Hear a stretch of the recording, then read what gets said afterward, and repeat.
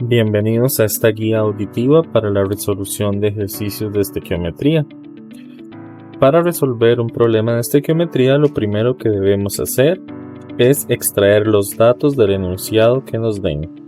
Para esto vamos a fijarnos en distinta información, como lo es las sustancias que están presentes, identificar si están funcionando como reactivos, es decir, como sustancias iniciales, o como productos, es decir, las sustancias finales. Luego de esto, todos los valores numéricos que aparezcan en nuestro enunciado los vamos a clasificar según sean para los reactivos o los productos, y vamos a identificar las unidades que los acompañan, es decir, si nos están dando masa, si nos están dando moles o si nos están dando la cantidad de moléculas, de partículas, de iones, de átomos de alguna sustancia. Para el segundo paso vamos a plantear la ecuación de la reacción que nos están proponiendo según las sustancias que nosotros ya identificamos en el paso número 1. Entonces vamos a acomodar del lado izquierdo las sustancias reactivas, es decir, las sustancias que nos van a propiciar el inicio de la reacción, las condiciones iniciales. Luego ponemos una flecha y a la derecha vamos a poner los productos, es decir, todas las sustancias que se generan a partir de las primeras moléculas, de las primeras sustancias. Una vez que ya están identificadas y bien organizadas las sustancias, ya tenemos nuestra ecuación. En algunos enunciados puede que los reactivos aparezcan en forma de fórmula, entonces simplemente utilizamos la fórmula que nos dan. Sin embargo, puede que nos den también la información con nombre, con el nombre correspondiente a cada sustancia. Si es así, debemos de buscar la fórmula química, ya que todas las ecuaciones deben escribirse con la fórmula química. Paso número 3. Vamos a balancear la ecuación que acabamos de escribir.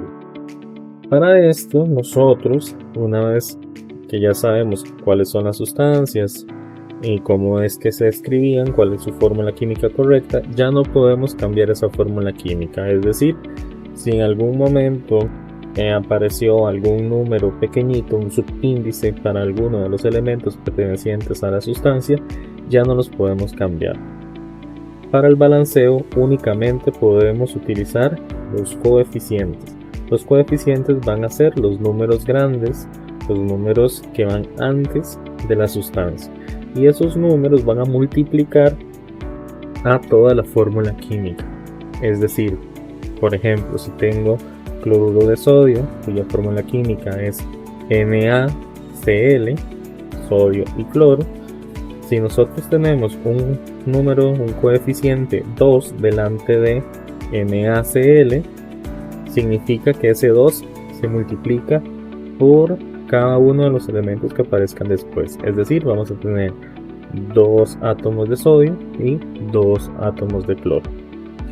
Si por ejemplo lo que estamos multiplicando es un 2 antes de una fórmula química, por ejemplo la del agua, que es H2O, entonces ese 2 inicial, ese coeficiente se multiplicaría por el subíndice del hidrógeno, que también es un 2, pues 2 por 2 serían 4 hidrógenos, y ese 2 inicial del coeficiente del agua se multiplicaría por un oxígeno, es decir, hay 2 oxígenos para 4 hidrógenos.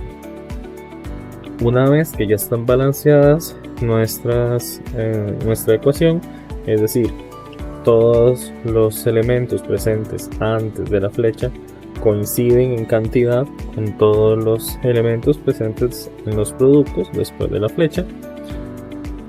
Una vez que están ambos bien balanceados, que todos coinciden en cantidad, podemos seguir avanzando en la resolución de nuestros ejercicios. El paso siguiente es identificar el reactivo limitante. El reactivo limitante lo vamos a calcular únicamente cuando nos dan datos de varios reactivos. Si es un único reactivo en el que tenemos para utilizar, ese va a ser nuestro reactivo limitante. Si tenemos varios reactivos y nos dan cantidades de los distintos reactivos, debo averiguar primero cuál de todos se consume primero. Para eso debo tener todos los reactivos en moles. Es decir, si tengo algunos en masa o en átomos, debo hacer las conversiones correspondientes con el número Avogadro o la masa molar para tener el dato en moles. Y una vez que tengo el dato en moles, comparo las sustancias, comparo mis reactivos respecto al coeficiente que cada uno tiene en la ecuación balanceada para saber quién se gasta primero. El que se gasta primero va a ser mi reactivo limitante y a partir de este prosigo calculando el resto del ejercicio. Paso número 5. En caso de que aparezca grado de pureza, debo multiplicar ese porcentaje del grado de pureza por la cantidad de mis reactivos, ya sea en masa o en moles. Puedo utilizarlo en cualquiera de los dos momentos. Eso sí, debo tener el cuidado de que si tengo un valor de grado de pureza, debo utilizarlo antes de calcular o antes de comparar con mis productos, porque si no voy a tener error a la hora de resolver el ejercicio. En caso de que no aparezca grado de pureza, puedo omitir este paso. Finalmente, para calcular el rendimiento de una reacción, cuando se nos solicite también, si ya definimos nuestro reactivo limitante, si ya a partir de ese reactivo limitante calculamos nuestra cantidad de producto, esa cantidad de producto obtenida va a ser nuestro valor teórico. Si a nosotros nos dan una cantidad de producto en nuestro enunciado, automáticamente debemos pensar en que esa cantidad que nos están dando es experimental, es decir, nos va a servir únicamente para calcular el rendimiento final de la persona que haya realizado ese experimento según el enunciado. Por lo tanto, una vez que se calcula el rendimiento teórico, ya se puede hacer la comparación directa entre ambos rendimientos según la fórmula del rendimiento que ya tenemos también en la sección de la teoría de este blog, y calculamos el porcentaje de rendimiento final.